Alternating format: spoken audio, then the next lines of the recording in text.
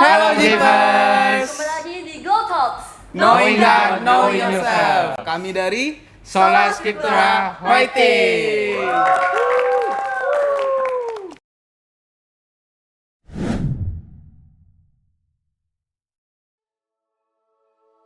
Oke, namanya siapa? Aku Andre. Aku Moses. Nama aku Karawit. Aku Jen. Saya pembina Glow. Ngomong-ngomong nih kan, apa baju kita tuh kayak sama gitu warnanya. Iya kan? Kecuali kau Frans kayak Oh. tengah. Frans. Iya. Saya kayak mau dihakimi ya. Nih, gimana nih? Kok bisa putih semua sih? Kan aku ngerayain Paskah. Ya, aku enggak. Lah, emang kita semua ngerayain Paskah Kita gak sih? nih, Oh. ses gimana sih? Ngomong ya, tapi ya. Kita tuh di sini sebenarnya ngapain sih? Nah, jadi guys, hari ini tuh kita tuh mau bahas konspirasi apa Jen? Kekristenan. Kekristenan. Niko, Keren banget. kan hari ini Paskah. Terus 2 hari yang lalu Jumat Agung. Menarik banget gak sih? Masih baru-baru. Menarik. Nari. Menarik sih, masih berkaitan gitu Tapi kan. itu kayak masih nyambung banget, soalnya masih Iya. 2 hari lalu kan. Ya Setuju kan? banget sih. Aku juga lihat ya, banyak banget dekorasi Paskah gitu kan. Tapi sih ya, yang aku penasaran banget dari dulu nih. Kenapa ya Paskah itu identik banget sama telur? Kira-kira kenapa tuh? Dulu sekolah minggu pakai telur ya. Iya, Iya. kayak ngelukis telur gitu loh. Cuma tadi kita glow nggak ada telur ya. Iya, enggak ada sih. Kenapa ya telur ya? Mungkin karena telur itu kan melambangkan kehidupan ya. Jadi kan ada yang mengkaitkan antara kebangkitan Tuhan Yesus itu dengan kelahiran baru. Ketika kita percaya kepada Yesus, maka kita mengalami kelahiran baru. Tetapi ada orang yang menganggap bahwa ini tuh adalah tradisi bukan orang Kristen punya. Ini telur itu bukan tradisi orang Kristen, karena di Alkitab kan tidak ada tulis tentang telur ya. Iya. Betul ya. Kemudian juga, tetapi setelah saya baca-baca, saya coba cari tahu gitu ya. Ternyata telur itu memang dalam budaya Yahudi ketika mereka merayakan Paskah, nah mereka tuh makan telur. Jadi sebelum mereka merayakan Paskah, mereka tuh puasa untuk makan telur. Nah, tetapi apa sih kaitannya? Ya bagi gereja tertentu mungkin mereka mengkaitkan telur itu dengan ya lambang kehidupan baru setelah orang percaya kepada Tuhan Yesus. Berarti itulah ya, telur tuh udah jadi identik gitu ya bagi Paskah. Iya, tetapi jangan sampai ya telur itu mengkaburkan makna utama dari kebangkitan Tuhan Yesus atau pengorbanan Tuhan Yesus. Jadi biasa ya kalau di sekolah minggu atau dulu waktu kita kecil disuruh cari telur Paskah gitu. Jadi kita ingatnya Paskah itu ya telur. Telur. Iya kan? Telur, makan telur gitu ya. Iya. Pulang bawa telur ya. Jadi penuh dengan telur kita. Nah, tapi ya kalau itu mengaburkan makna tentang Paskah itu sendiri, ya lebih baik kita nggak pakai. Oh ya, selain telur bukan ada nggak sih simbol lain yang menyimbolkan Paskah gitu? Misalnya aku sering banget lihat kayak di dekorasi Paskah gitu tuh kan, kayak ada kelincinya gitu. Berarti iya, kenapa kelinci bisa jadi simbol Paskah? Iya. Padahal kan telur, kelinci kayak Iya. Apa Ada hubungannya hubungannya. kelinci? Emang kelinci bertelur? Atau mungkin ornamen aja kah, penghias aja gitu. Iya. Tapi kenapa harus Kenapa harus kelinci? Iya, betul. Menarik ya. Memang ini sejarahnya juga kita nggak tahu dari mana kok bisa sampai ada kelinci ya. Kelinci kan nggak bertelur ya, karena ya.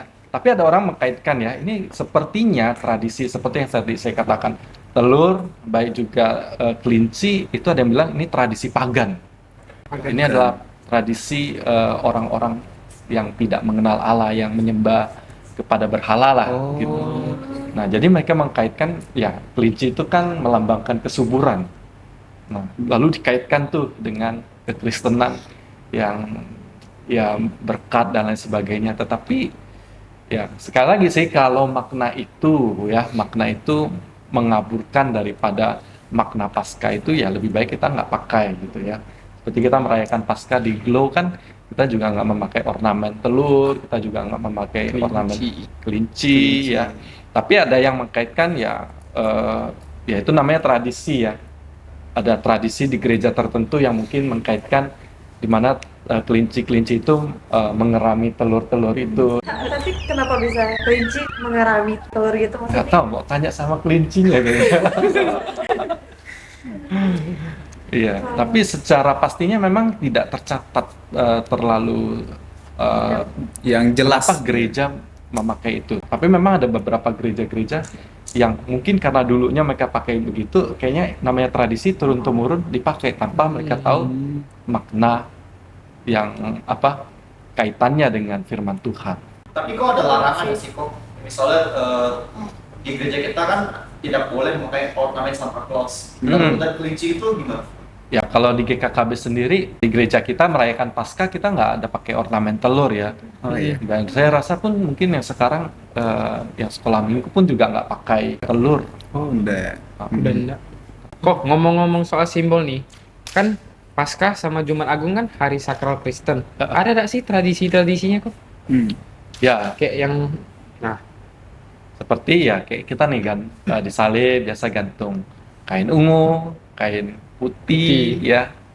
Sebenarnya ya itu satu simbol yang untuk mengingatkan kita kepada pengorbanan Tuhan Yesus. Memang di gereja kita tidak terlalu banyak apa ya pernak-pernik ataupun simbol-simbol Paskah seperti mungkin di gereja teman kita ya dari Katolik dan lain sebagainya. Apa simbol yang kalian temui? Yang di sini kan. Di sini paling Kayak kain sih, paling soalnya ya kain salib. putih. pas minggu lalu tuh kan itu kayak masih warna ungu gitu. Nah, Pas terus minggu ini udah pasca Paskah aja warna putih. Kenapa tuh warnanya ungu tuh? wah, harusnya itu kami tanya. Iya. Oh iya. Iya. Tuh kira-kira menurut kau Frans kenapa? Kalau misalnya udah Paskah. Ganti Paskah warna sih, putih warna- kainnya. Ingat kalau Tuhan Yesus itu kan ketika dia disalib ya sebelum disalib kan dia pakai jubah ya. Jubahnya warna apa? Jubah ungu ya. Ya jubah kerajaan. Nah, tetapi sebenarnya di bagian yang lain pun ungu juga bagi yang lain ya itu lambang kedukaan juga. Jadi ya di Jumat Agung itu kan kita memperingati ya kita nggak bilang merayakan ya, kita memperingati kesengsaraan Tuhan Yesus, kita memperingati pengorbanan Tuhan Yesus. Jadi di situ sebenarnya ada masa kita tuh berduka cita. Jadi digantungkan. Oh, itu makna kain ungunya. Kalau Kalau putih Kalau putihnya berarti gimana? suci gitu. kalau putih ya merdeka, Iya, kebangkitan. ya melambangkan kemenangan, ya Oh. kemenangan Yesus Kristus telah menang atas maut. Hmm. Tapi ya kok selain itu ya kok ini setahu aku aja nih, ya tahu aja nih orang-orang Yahudi itu dulu tuh banyak banget tradisinya. Hmm. Apalagi kayak pas mau perayaan-perayaan besar, apalagi kan sekarang Paskah ya. Paskah itu kan tradisi orang Israel. Dan setahu aku itu tradisi Paskah ini tuh adanya tuh udah dari sebelum Yesus lahir. Lah. Iya kan? Bentar kok, Frans. Berarti kayak mereka tuh rayain apa gitu? Yesus kan belum lahir. Iya. Belum Gimana mau bangkit. bangkit? Belum bangkit. Belum bangkit. Gimana mau lahir? Ngerayain Ya, Paskah. jujur itu bingung juga sih. Ya. Ya, Paskah orang Yahudi dengan Paskah Kristen itu ya sama-sama kita menyebutnya Paskah tetapi ada perbedaan sih. Ya, Paskahnya Yahudi ya itu memperingati bangsa Israel yang keluar dari tanah Mesir. Sedangkan Paskahnya Kristen itu sebenarnya adalah penggenapan dari Paskah Yahudi. Penggenapan ya. Penggenapan. Oh. Kenapa penggenapan? Artinya tuh bukan sesuatu yang terpisah sama sekali atau sama sekali yang tidak ada sangkut pautnya, bukan. Tapi dalam Paskah Yahudi, mereka kan merayakan mereka keluar dari perbudakan Mesir. Ya kan? Mereka keluar, mereka menuju tanah perjanjian. Ya. Nah, jadi mereka setiap tahun mereka merayakan tuh. Mereka sebut itu sebagai Pesak atau Passover. Karena mereka ya Passover itu ingat ketika Tuhan memberikan tulah ya ada 10 tulah itu kan. Nah, di mana bangsa Israel itu dikasih perintah untuk mereka mencap ya Oh, iya. mengolesi darah Iya. domba di Pakai darah domba itu, ya gitu. sehingga mereka dilewati. Nah, kata dilewati itu ya Passover itu. Jadi mereka itu tidak mengalami kematian. Hmm. Nah, itu kaitannya dengan Paskah sekarang kita orang Kristen itu apa? Ingat, kalau di Israel itu mereka keluar dari perbudakan Mesir. Nah, kita sebagai orang Kristen, ketika Yesus Kristus itu berkorban dan bangkit, ya, menang melawan maut, Tuhan Yesus itu membawa kemenangan bagi kita, membebaskan kita dari Dosa. perbudakan. Wah, mantap sekali ya, perbudakan dosa. Iya. Ya. Kok ngomong-ngomong kebangkitan Yesus, kan aku pernah dengar nih ada kontroversi kan, Mm-mm. katanya kalau di waktu Yesus bangkit itu katanya palsu, katanya murid-murid Yesus tuh cuman mengambil mayat Yesus dari apa? Dari goanya. Kubur, ya. Ya, dia dari Kubur. kuburnya. Iya juga ya, ini loh. Jadi katanya tipuan gitu. Wah, aku nggak sampai mikir situ dong. Bisa juga sih. Aku juga kayak mikirkan, gimana kalau misalnya itu wanita-wanita yang lihat itu pas Yesus bangkit itu cuma berhalusinasi. Halusinasi ya. Wih, Jadi gila. semuanya halus-halus itu ya. Bukan halusinasi, berhalusinasi. Berhalusinasi. Halusinasi. Ya, itu teori yang menarik ya. Teori yang orang yang tidak yakin atau tidak percaya bahwa kebangkitan Yesus itu benar-benar terjadi. Karena ada nggak sih orang yang betul-betul bangkit dari kematian? Kayaknya nggak pernah lihat ya. Jadi bagi mereka kayaknya, aduh ini kayaknya karangan nih ya. Sebenarnya yang tadi Moses bilang, jangan-jangan mayat Tuhan Yesus dicuri. Ya. Iya kan?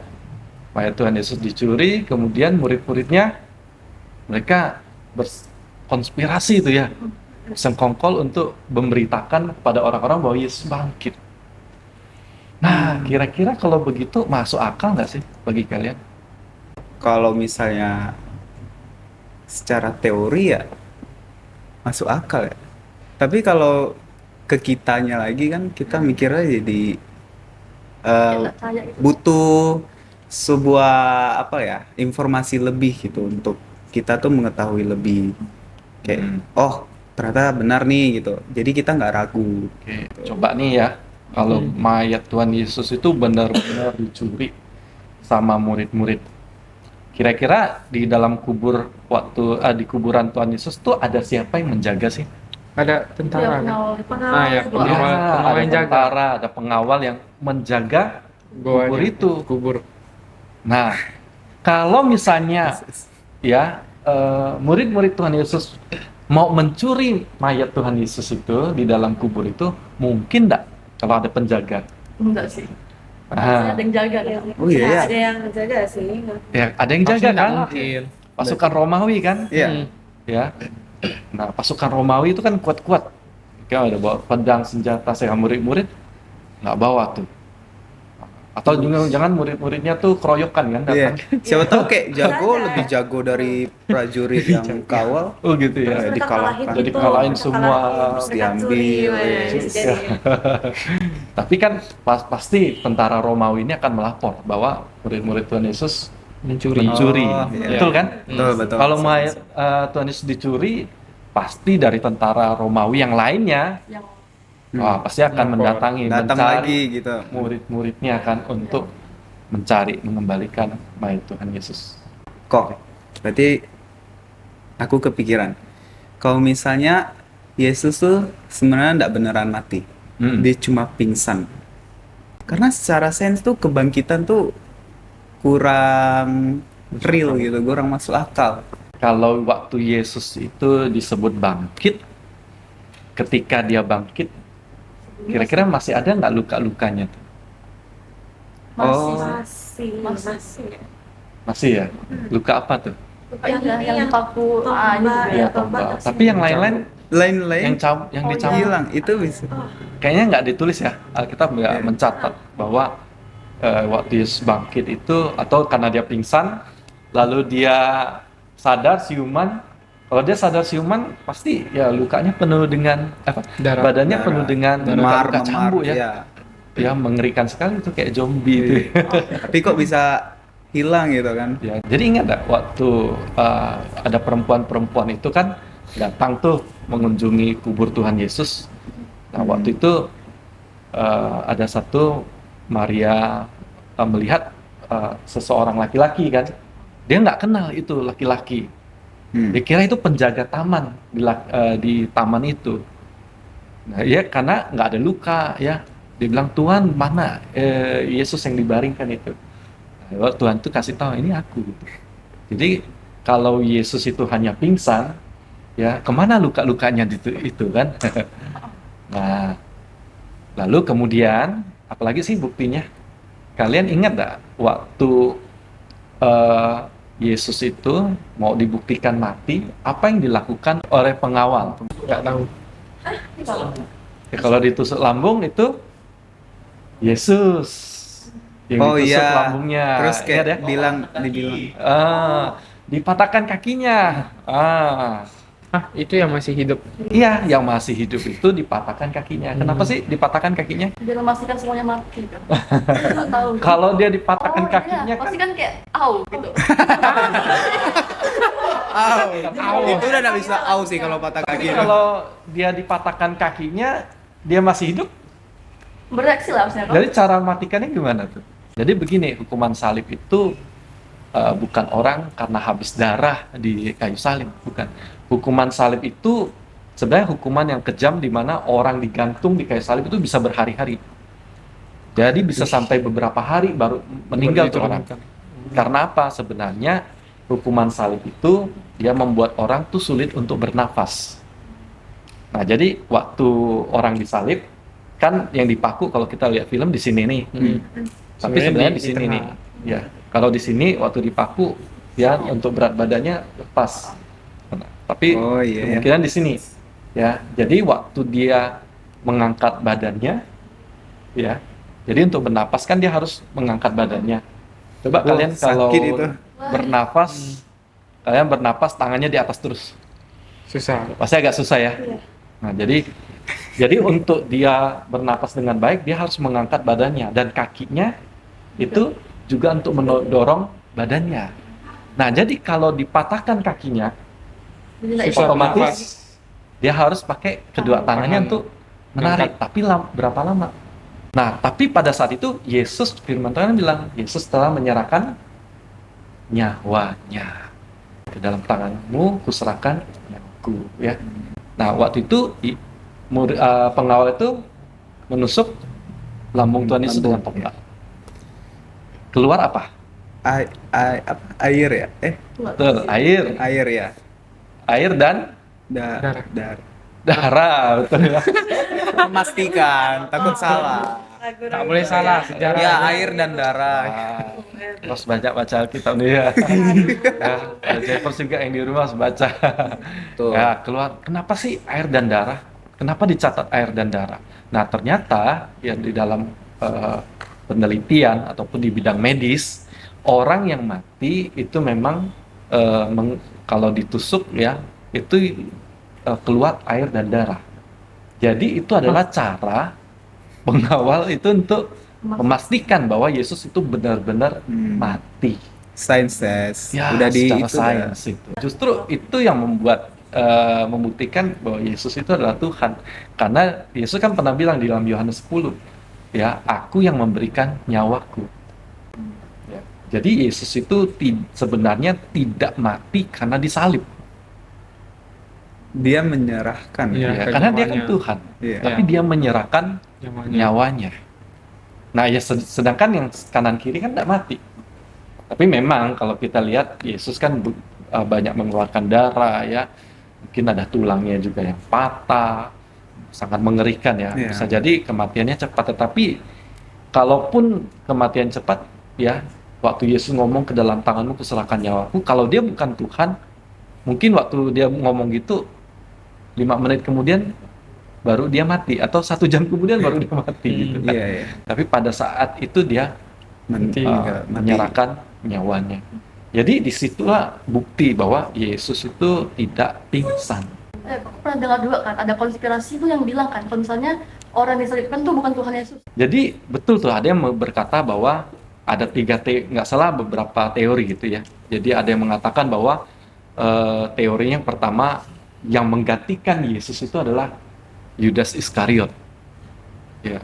Oh, Yudas Iskariot. Ya, lalu dibilang, wah, jadi muka Yudas itu berubah tiba-tiba jadi Jadi muka mukanya Yesus. Yesus gitu kan.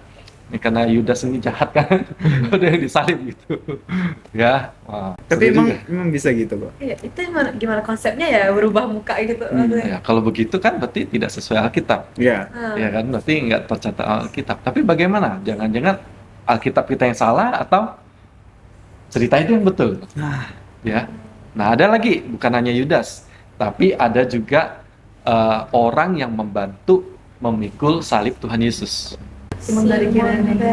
Ya, Simon dari Kirene ya. Kirene. Nah, jadi waktu Yesus pikul salib, Simon dari Kirene datang untuk bantu. Udah, biar saya aja yang gantikan. Gitu. Jadi ada yang seperti itu. Jadi Simonnya yang, jadi mereka tukar muka tuh ya. Nah, tapi kan beda muka. Iya, iya, makanya tukar muka tuh kayak Yudas gitu. Nggak masuk akal banget sih. Tukaran muka. Nah, kemudian ketiga, yaitu murid yang dikasihi. Siapa murid yang dikasihi? Yohanes. Petrus atau Nah. Yohanes? Terus sih. Ada yang bilang Yohanes gitu ya. Nah, tapi di dalam Injil kan dicatat ada murid yang dikasihi. Jadi murid yang dikasihi ini yang menggantikan Yesus untuk di kayu salib. Tapi apakah itu betul-betul Alkitabiah? Itu tidak ya. Karena kalau Yesus kali ya, Yesus itu tidak betul-betul tidak mati, ya berarti kita semua masih dalam Iya, dalam dalam dosa ya. dosa ya. Nah, dan kemudian juga mungkin nggak kalau mereka itu berhalusinasi. Kok dipikir bisa sih, Bang. Nah, berhalusinasi? Pernah. Gimana, Ses? Gimana, Ses? Hah? Enggak lah. Berhalusinasi normal enggak? Gimana? Boleh dijelasin? Itu karena apa? Lapar. Kenapa? Karena Kenapa? apa? Enggak lah, enggak sama cewek. Kalau aku sih mungkin aja sih coba. Kalau cuman tuh kan Logikanya bisa. saksi itu kan banyak banget kan. Masa kayak halusinasi semua? Wah, ini jawaban yang mantap nih. Kira-kira, iya. Tadi kalau Andri kan bilang bisa aja sih berhalusinasi kan. Maksudnya juga bilang ya karena depresi, karena apalagi Capek. Karena capek, udah stres lah ya. Kalau 1-2 orang masih mungkin. Ya, kalian pernah Iya, nggak iya. berhalusinasi tapi halusinasinya sama? Oh, Nggak pernah. Oh iya ya, habis nggak sama ya. Maksudnya Iya. halusinasinya kan beda-beda kan. Betul, Tapi ya. mereka semua lihat Jesus. Masa sih 12 murid yang lain sama perempuan-perempuan yang lain semuanya halusinasi yang sama ya? Kayaknya nggak mungkin deh. Ya, Halusinasi. kemudian di dalam Halusinasi. Korintus ya, dalam surat Korintus pun juga Paulus menjelaskan ada 500 orang yang menyaksikan kebangkitan Tuhan Yesus. Jadi sebenarnya ini adalah murid-murid Tuhan Yesus di luar dari 12. Iya. Ya, dan Paulus bilang kalau kalian nggak percaya, kalian bisa tanya sama mereka. Ya, tapi itu zaman itu ya. Ya, Ya, sekarang udah nggak ada, ya kan. Nah, kalau mau Lucu kalian tahu buktinya, tanya mereka. Jadi itu satu bukti yang sangat kuat, gitu, bahwa mereka nggak berhalusinasi. Aku mau nanya sih kalau misalnya kan Tuhan kan udah disalibkan kan, terus udah dikubur. Kalau misalnya Tuhan nggak bangkit tuh kan, kita masih dapat keselamatan nggak sih, Bang? Sebenarnya.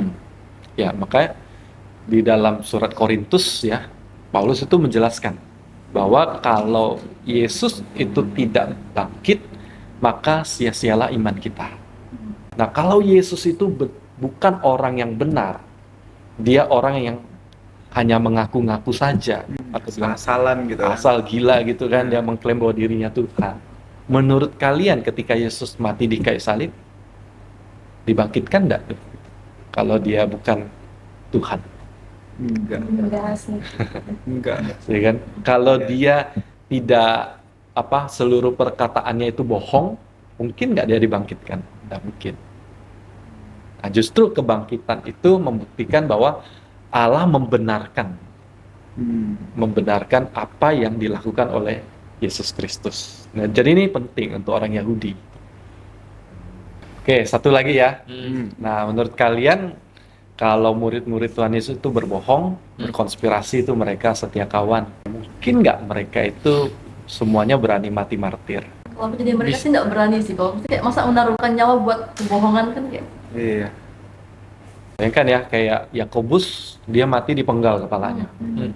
Kemudian Petrus, Disalibkan terbalik. ya disalibkan terbalik.